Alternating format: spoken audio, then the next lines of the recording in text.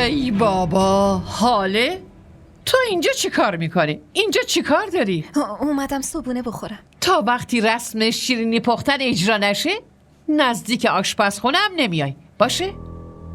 ازدواجتون یهویی شد، اما من رسم و رسوم رو از یاد نمیبرم. قراره یه مهمونی بگیریم فوق‌العاده.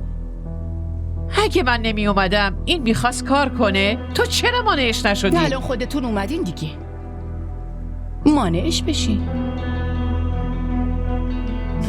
اینو ولش کن، بریم، ما بریم بالا. بیا، گفتم اونو ولش کن. اون خدمتکار جدیدی که حمزه گرفته امروز اومده، بهش میگم یه صبحونه خوشمزه درست کنه. بیا بیا، تو هم یه جوری ابهت تو بهش نشون بده، همونطور که بقیه عروسا این کارو میکنن.